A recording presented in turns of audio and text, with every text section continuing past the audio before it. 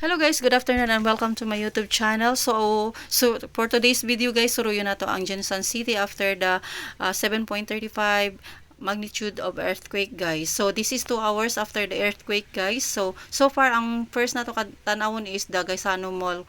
Gaisano Mall guys, ang na-damage is only sa harap at saka yung sa bubong niya guys kana. So kana lang man guys ang nataot. Then after that guys, we will go to another area of Jensan City. So kani siya guys ang St. Elizabeth Tower. As you can see, yan yung kanilang kilid ng maliit na hospital, ng first floor nga hospital or second floor ba na siya.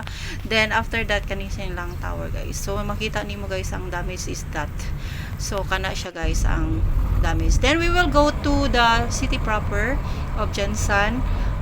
We are traveling fast para makapunta tayo doon papasok sa syudad ng Jensan sa proper. Yeah, Jensan proper na city. So dito guys makita natin ang sa near sa ganini China Bank, meron siyang building na mataas diyan. So may napod siya tibag sa mga kuani, sa mga semento, pero not that much damage ang nakita ko. So far gamay raman pod siya ang damage diri nga side.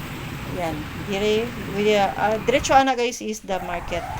Then here near sa City Hall guys, ang House of Chicken is actually rumpag gyud siya kaayo kung sa Ilonggo pa. Narumpag gyud siya guys kay dili na gid siya nga business unless ipatindog gyud ang whole building guys. Ganyan kalaki ang kanyang damage. So whole building gyud guys. Then so far next is biyahe na punta guys, going to another area of General Santos City.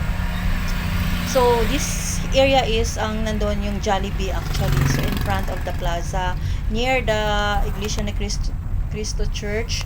So diri guys, diri lang ko, dili ko makasulod kay pinabawalan nila sulod diri nga area kay grabe ang building, as in gyud siya guys, totally damage, and there is a radio station up pero wala gyud guys, damage gyud siya. So magliko na lang ta guys para makakita tag another view ng damage ng Jollibee guys. So far ang mga tao guys is gamay lang naga-travel, gamay lang mga private cars, and all suspended man pod ang mga ganun siya ang mga klase o ang mga offices. So that's why hindi siya masyadong madami ang tao sa daan guys. So kanina guys ang nako diri nga area. Then so ko sa likod, this is the back of the church, katong Iglesia ni Cristo Church, wherein malapit ang dira ang Jollibee. So ang Jollibee guys, kanilang ang so far na makita ko guys nga mahatag na ko nga view. Actually kay dili mi makadiretso, dapat maliko na kana ang tao nagaingon liko na daw mi. So liko na lang ta guys. So kana siya guys ang na damage dire kana lang. So far kana lang gyud ang view nga makita ni nako nga actual gyud nga view guys. Dili tong picture lang. So kana siya.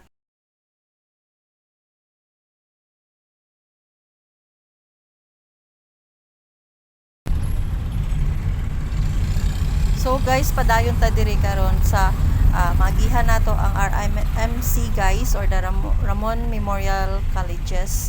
So guys, diri ang agihan ani diri nga building guys, may mga luma pod, may pagkukonstruksyon nga building, pero so far wala may damage ang uban nga building. And there Ramon magsaysay is kamay raman pod ang ilahang na damage, more pader lang, natuklap lang ang semento, and ang nahulog lang ang mga split aircons. So diri guys ang Catholic Church pod na dinhi nga side. Then going to the China Bank na siya guys, in front of the City Hall. Then pagkawasa na guys dito, we will see the Notre Dame of the Jangash University guys. Pero so far sa gawas dili ko makita ang damage, but they said meron daw konti, pero we cannot go inside naman to check kung asan ilang na damage guys. Pero as the whole building guys, wala naman problema. As you can see kana guys ang Notre Dame of the Jangash University. So far peaceful man pod kay walay mga student that time. Then we will pass by the Aparente Street, Salbani Street, mga inana guys nga area. But before we are going to pass by, meron tayong daanan na mga hotel ni Manny Pacquiao, at saka of course ang Emmanuel School, school of senior high school man siguro na dira guys, pero wala may na damage on that area. Naton siya karon guys, maagihan nato din ha. So far buo pa man ang building, and wala namang mga na casualty pod. So kani siya guys, mao ni siya ang iyang school, Emmanuel School, and the guys, the other side is the Pacquiao Hotel. Yan guys, ito yung kanyang hotel dyan. Then after that, merong mga areas dyan na dito sa Sayan, mga tibag-tibag na pader, mga yung private na mga farms. So kana ang mga na damage guys nga mga pader so far. So diretso na ta guys, going to our accommodation sa ato ang boarding house. Then so far in this area walang mga na-damage nga mga building, kay gagmay naman po ang building in this area pod, pero may mga second floor buildings po siya, pero so far wala man na-damage. So pasok na tayo guys. So far in this subdivision wala may mga balay na na-damage, and also wala naman na casualty na mga tao dire nga side so far. So thank you Lord for that, and thank you guys. That's all for today, and thank you for watching my YouTube channel. Have a nice day, make safe, and bye bye, see you again.